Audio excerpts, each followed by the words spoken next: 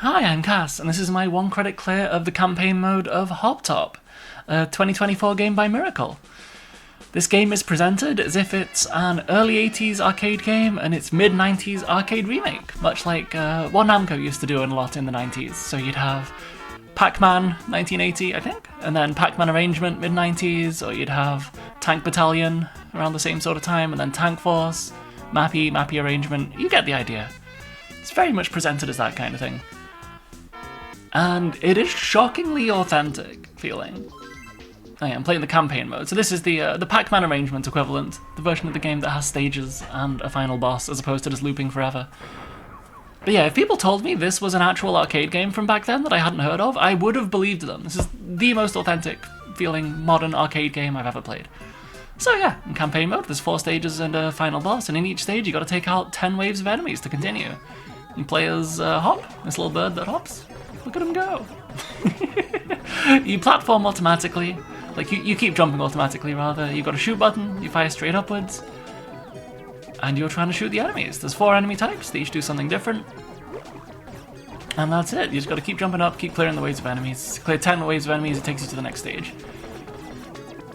Those fly enemies, once they're... Oh, there's a balloon there, by the way. Yeah, each stage has 1 balloon you can collect for scoring. There's not much in terms of scoring system in this game, to be frank. That's one of the things I like less about the game, but yeah. Oh. So what you just saw there was if you keep just bouncing on the same level and don't move upwards, you do that too often, you'll hear like a boop boop boop boop, and then the next time you jump, that's just letting you know the screen's gonna scroll up. So if you don't scroll up, you're out of here. And yeah, those type of enemy there. So the 4 types of enemies are called Eeny, Meeny, Miny, and Mo. I don't remember which is which, but that one there is Mo. Those little beaker things. Yeah, if you leave them for a while, they will fly off the top of the screen and then fly back in from the bottom of the screen on the same column they're in. So, at least they can't aim at you. If you stay away from that little area, they're pretty safe. But if you're not paying attention to them, they will just fly up from underneath you and slam into you. Okay, what we have here is an item platform. There you go. A weapon platform, rather. You jump on that platform, you get 1 of 4 weapons. That one was the, I don't know, the rocket launcher, the bomb shot. It's very powerful. But yeah, this is the game. It takes quite a while to get over the... Oh yeah, also you can screen wrap. You can jump off one side and come on the other side. I didn't know that. My first couple of playthroughs. So I was like, wait a minute, a couple of situations where I'm like, oh, am I just checkmated? Is there nowhere I can go? Not realizing that I could have saved myself by jumping off one side of the screen. Okay, so now I gotta hold on until that platform comes back down. Okay, good. Yeah, it seems like the game lets you stick around and jump more before it scrolls the screen, if it knows that you're waiting for a platform on a cycle. Although, those bullets did force me away from that cycle. Yeah, there we go. So yeah, that's one thing to be very careful of in this game, is if you're waiting for a platform on a cycle, make sure you don't miss that cycle, or you might just get kicked off the bottom of the screen before the cycle comes around again. Yeah, this game's very much about taking out as many enemies as you can as quick as possible. I messed up with the timing of climbing up that ladder of platformers. That ladder of platforms, it's a thing I run into quite a bit. Oh, I should say, the platform layouts, as far as I can tell, are randomly shuffled. You don't get the same platform layouts every time. There we go. And I took out 10 waves of enemies. Did it. Stage clear. Love this end stage music, stage end music. This just feels so authentic, it's great. Yeah, measures your in-game time, total score. And again, the way the scoring system works, as far as I can tell, is there's 1 balloon on each stage. It's like, can you collect the balloon? You get a 10,000 point reward for every life you have left at the end of the game, so you want to pick up the 1-up in every stage. There's 1 1-up in each stage. And ideally, take as few deaths as possible. I couldn't get to that weapon platform, couldn't spot a safe route to it. And then you just want to clear the game fast, and my understanding is that's the entire scoring system, is play fast, try not to die, grab the single 1-up and the single balloon in each stage. It's kind of not much to it. Everything else is just kind of you survive to the end of the game. Yeah, stage 2, pretty chill. Those snowflakes falling in the background do kind of blend in with the bullets to me, but if anyone struggles to see things in a game, it's usually me. Okay, so I've just noticed there's a balloon down there. And I missed it. Oops. I don't remember if I get the yellow balloon later in this stage. I don't remember if it gives me one. Because I believe there's one balloon in each stage. Okay, it gives me another chance to pick it up. Okay.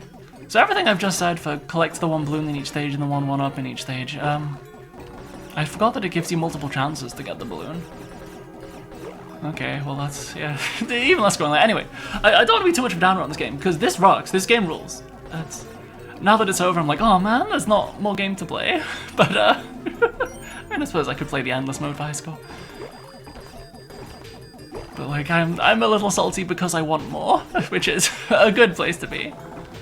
Yeah, screen wrap here to hit the weapon thing, and I get the very loud homing shot.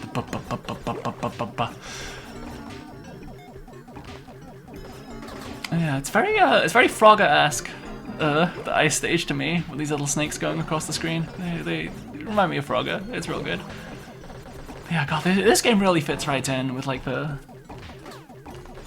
you know, Galaga, Galaxian, Sansan. I believe the developer said Donkey Kong 3 was quite a big inspiration, and I can see that, Charming little game, and yeah, coming to the end of this stage. Oh, the, two things I should say about the spike blocks is I think the rough timing is like, it's like the cycles every 4 jumps, so it's, you know, jump, jump, spikes up, spikes down, jump, jump, spikes up, spike down, for each 4 jumps. So as long as you keep track of that, you're okay. If you accidentally feel like you're going to jump onto a spike block right as it's tipping spike side up, you can, I don't have the exact technique for it down, but you can sort of just jump across the very corner of it and brush the very corner of it on the way up and jump off it that way, even when the spikes are up. I don't fully understand how it works, but I just kind of go for it and hope for the best if I find myself having to jump on a spike block as it turns up. But you know, you want to avoid that as much as possible. Welcome to Toybox Land, Stage 3. The background of the little blocks in the background saying Hop Top is so charming to me. It really feels like a 90s remake of an arcade game in so many ways. Especially in the like, in how like self-referential oh yeah, with these blocks you, dang it, I didn't notice that enemy coming from beneath. You jump on the blocks that say 1 and then it spawns the platforms that say 2 and then 3 and then 4. But anyway, yeah, it feels so self-referential in the way that a lot of these arrangements do. Like, you know, you better believe a lot of the art direction of, like, you know, Pac-Man arrangements is just Namco going like, isn't Pac-Man cool? Don't we love Pac-Man? And, you know, same for Mappy arrangement, all those things. Celebrating the game that it is a remake of. And this, you know, despite the developer making the arcade version and then immediately making the remake and, you know, releasing the whole thing at once, they kind of treat it the same way, and it's charming. Okay, yep, so I got the stage 3 balloon. And, you know, I've got to spawn the 1, then the 2, then the 3, then the 4. Hey. There we go. Yeah, this is a very interesting game, difficulty curve-wise. Uh-oh. I almost jumped into the spike block then. You gotta make some real tough decisions like that, like realizing very quickly and, you know, under time pressure, you cannot jump onto that spike block because if you jump onto that spike block, whoops, if you jump onto that spike block, you will die, and if you kind of hover too long in the air to make your decision, there will be nowhere else for you to jump, so you fall, and you're like, oh, okay, but if I don't jump onto that spike block, it means I won't get to the 1 block, which means I can't spawn the 2, 3, 4 blocks. Can I find a way up without the 2, 3, 4? And like, there's a lot to keep track of. And this game doesn't really have much of a difficulty curve, honestly. Like, stage 1 is not super meaningfully easier than stage 4 or the final boss. It's very much just about, you know, when you're first starting, you're like, oh, I got the way through stage 1. I made it to stage 2, and it's like, well, actually, what you want to do is you want to make it through stage 1 with so many lives that you're kind of chilling in stage 2. And like then, there's the sort of decisions you got to make, is dodging bullets while realizing that your only way to safety is to wrap the screen and jump onto the other side. It's a lot of fun. Yeah, just chilling here, waiting for the next platform up to the stage. Oh yeah, I should say one thing, is that the enemies don't start attacking and doing their thing until they've been on screen for a while, so if there's a whole, hey, Stage Clearer did it. If there are a whole bunch of enemies on screen, you've kind of got to prioritize which ones to take out first, you know? The one thing I am confident in saying priority-wise is that the yellow enemies, the bees, are the least threatening of the 4 enemy types. Because they just kind of slowly fly their way down towards you. And as long as you can get directly under them when they're doing that, you can just shoot them on the way down. Clocktower is the 4th stage, last stage before the final boss. And you know, the other three enemies are these ones. The blue flies, purple dragonflies, and the red beaker things. The red beaker's called Mo. They're eeny, meeny, miny, and Mo. I don't remember which one's eeny, meeny, and miny, but the red beakers are Mo. I tend to go for the purple dragonflies and those guys, the Mo's, first. The Mo's can be very annoying once they're repeatedly going up and down. The purple dragonflies fire the most bullets once they get going, and then yeah, these blue flies, they're like kind of annoying, but they're the least annoying of the annoying enemies, you know? You gotta leave someone until second last when you're taking out other enemies, might as well be them. Although of course, if the enemies are spawning one wave at a time like this, you may as well just take them out in the order that they spawn. And yeah, here's just a whole bunch of very threatening enemies at once. I mean, that was an extremely lucky survive, but I died 1 second later, so it didn't really matter. Although, I should mention, it is quite easy to chain die in this game. A lot of arcade games, once you die once, they do absolutely everything in their power to stop you from dying a second time. This game gives you, like, a little less invincibility than I'd expect, and you jump off that little cloud platform that respawns you once, and it is gone. So you can die because you have nowhere to platform to, respawn, jump once, and then die because you have nowhere to platform to. It's another trick you gotta learn when you get further in this game is, well, you know, if you want to get further in this game is like, how to make it so if you die in this game you only die once, instead of dying 2 or even 3 times. I've died 3 times, the same thing. Yeah, I really messed up that platforming challenge. I think I should have just stayed on that platform on the left a couple times, just bounced off the same platform until it was a safer jump. But still, I got 3 lives, I'm chilling. It's, you know, the game lets you die once on each stage. Here we go. And gives you a few extra lives to start with. Oh, so these blocks are very scary. Those yellow, oops. Yeah, I was so busy concentrating on the platforming then that I completely lost track of those Mo enemies. Yeah, I've remembered that there's 2 Mo enemies now. There we go. Yeah, I think with those enemies, the Mo enemies are the most dangerous if you lose track of them, and those purple dragonflies are the most dangerous once you're, you know, they're completely locked in, completely paying attention to every enemy that's on the screen. And yeah, I'm trying to figure out how to get to the right side of the screen while there we go, while the fly's there. Hey, stage clear. So yeah, I got my 1-up in each stage, got my balloon in each stage. I'm chilling.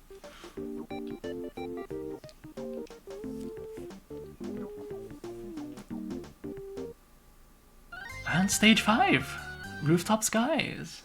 Get your wings back, as it says at the top of the screen, instead of clear 10 rounds to continue. So, the first time I got to this boss, I didn't realize that those clouds just disappeared. They're fake, they're not real platforms.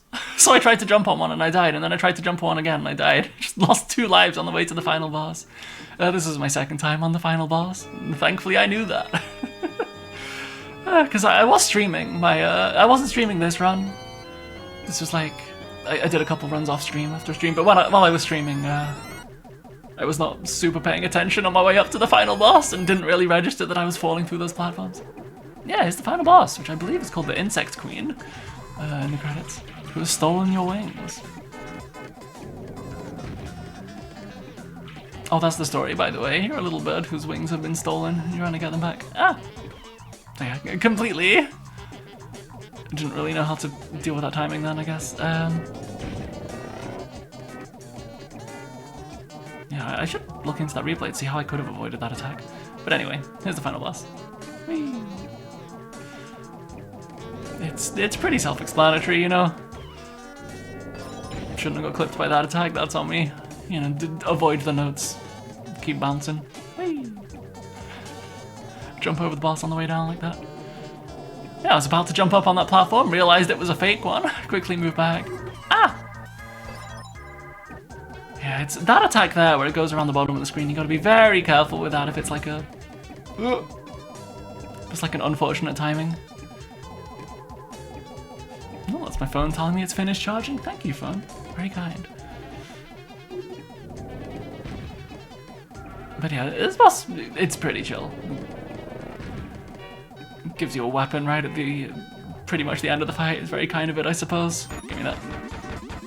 And it is the bomb attack. Is that doing more damage to the boss than a normal shot? A fantastic question. No idea, don't ask me. And that's it, boss is dead. Woo, game over. So yeah, that's Hoptop. Charming little game. Cute little ending cutscene. I cannot overemphasize how authentic the controls feel, the everything feels, the presentation feels. Like I was saying, if someone told me this was a lost arcade game I didn't know about, and, you know, just like skipped past the main menu, put me in campaign mode, I would believe them. And there's very few games I'd say that about modern-wise. It's just, you know, now that I've cleared the game, that's my score. Everyone else who I've seen play the game has a similar score. Okay, so Eenie is the little fly. Cute. You know, the difference in score seems to be if you play it faster, you get like a very, very slightly higher score, and you get an extra 10k per lives remaining. So I had 179k, and then, you know, you look at someone who finished the game with 2 lives remaining, they have like 199k or 200k points, and you're like, oh, okay, I get it. So maybe if I get really into this game, I'll try to play campaign mode again for fewer deaths. Otherwise, I think I'm going to be sticking to the arcade mode, and oh, there is an endless mode too, which isn't endlessly looping 4 stages. It's you pick one of the 4 stages and it endlessly loops that stage. Which is, you know, I kind of wish there was an endless mode that loops the 4 stages, but it's fine, it's fine. But yeah, shout out to Haraga and the rest of the team. This game was apparently made in 5 weeks, which is terrifyingly short amount of time, but this game was made by quite a large team of people, is the thing. I get the impression that if you added together all the time that people spent on this game and all the time that people spent resting after this game launched, because it sounds like that was a very unhealthy amount of crunch towards the end, it would have been like a, you know, quite a bit more than 5 weeks for one person to make. I don't know why I'm so stuck on this. I think it's because I'm a solo game developer and I got very scared when reading that someone made this game in 5 weeks. I'm like, what? How? I couldn't make this game in 6 months. But no, it was quite a big team of people, as you can see. But yeah, fantastic game, wonderful game. I'm really looking forward to playing the arcade mode and the endless mode more. I cannot believe they're selling this for $5 on Steam. I almost don't want to say that in this video, in case they realize that they've massively underpriced their game and put the price up. And like, I think that's a good thing. I think they should, but I think if they do that and then someone who hears this video is going to be like, what do you mean? It's not $5, it's $10. And I'll think, yeah, it should be. But anyway, a wonderful game. Very cute ending screen. Look at them go. Yeah, again, I don't want to hop on the lack of scoring system, because it's a fantastic game. I want more. I hope the developers make another arcade style game someday. I hope people in general make other arcade style games someday. It's really freeing to know that you can just make games like this. You're allowed to just make an arcade style game. Put it on the internet. Okay, CTM. Yep, that's right. I fucked up. I double tapped the the button to enter the T. So I got my initials wrong. But yeah, that's the game. It's fantastic. Wish I entered it right. Check out that menu, it's beautiful. Yeah, thanks for watching, bye.